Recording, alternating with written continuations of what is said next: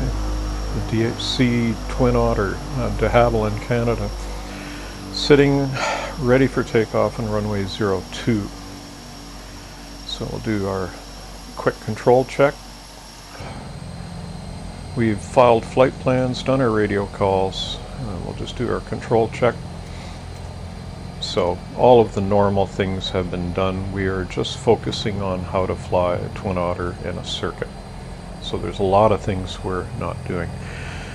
Flaps are set at 10 degrees for takeoff.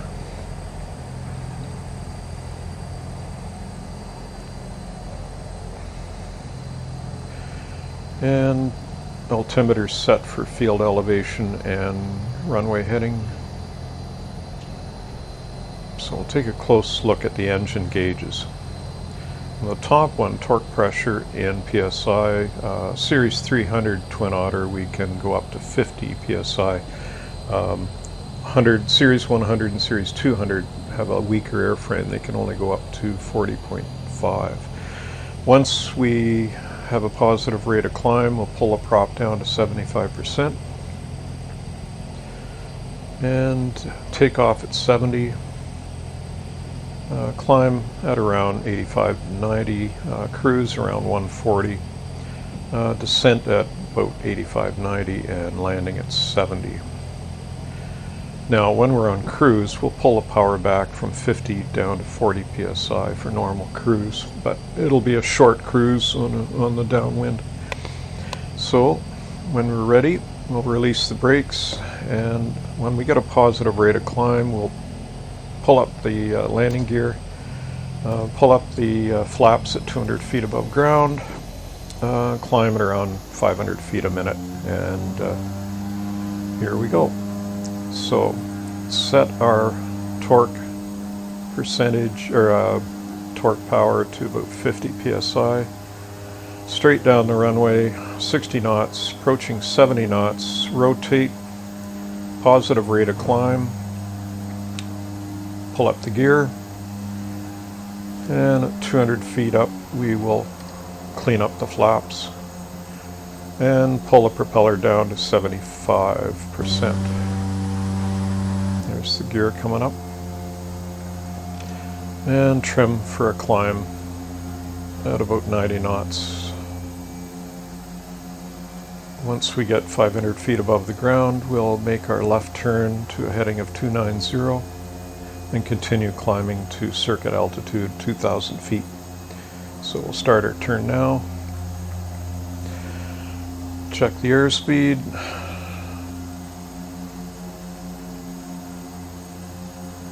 And we're rolling out on 290. There's Turtle Lake. Now it's a faster plane, so our circuit will be a little bigger. So now we'll look at our torque. PSI is good, just below 50. RPM is good. Airspeed's good. And we're approaching circuit altitude. We'll nose over, reduce power to 40 psi on torque, trim the plane, and make our left turn to 200 degrees. Airspeed will slowly come up. Now we don't have much time on the downwind, so we're doing our checklist. About mid left downwind, we'll lower the gear and slow the plane down for flap deployment and descent. We can deploy 10 degrees of flaps at 103 knots. Once we get to 93 knots, we can deploy the rest of the flaps at our discretion. There's the gear coming down.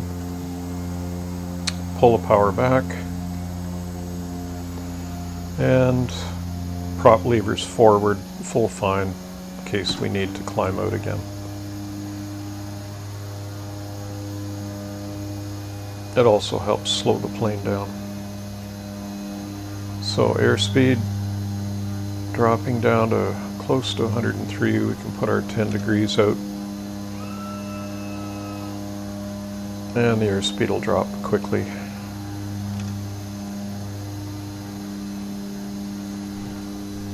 And we can put down a few more degrees of flap. Get our airspeed up.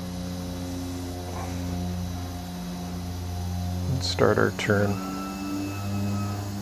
Bit of power, airspeed back up to 90. Left turn to 100 degrees on the base leg.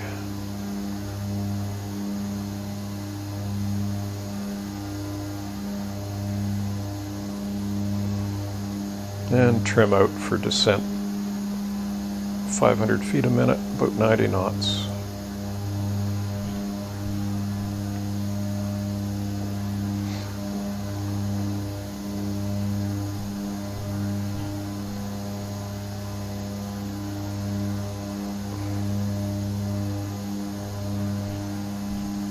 Our descent rate's a little shallow because our downwind stretched a little further away from the field. The final leg will be short. So gear down, flaps are down, not all the way, we have one more notch of flaps to go. We'll do on final. I don't want to descend too quickly. We want to be at 500 feet, right in line with the runway. That's 500 feet above ground. And we're getting there. Airspeed's good. Use the power to monitor your descent rate. And we'll start our turn on to final. And we'll put down the rest of our flaps. Now on landing, we do full brake and full reverse pitch on the props. So we're descending down to 80, we want to land at 70, full flaps, power is almost full off, and level out, down, full brake, full beta pitch,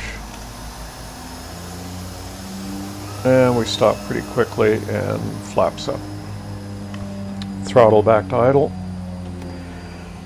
and there we are. Let's take a look how we did. So that was a normal landing. You can land a lot shorter, but we were keeping our speed up. But it was a good descent, nice, the kind of a descent you'd use getting into a small strip. And that's it.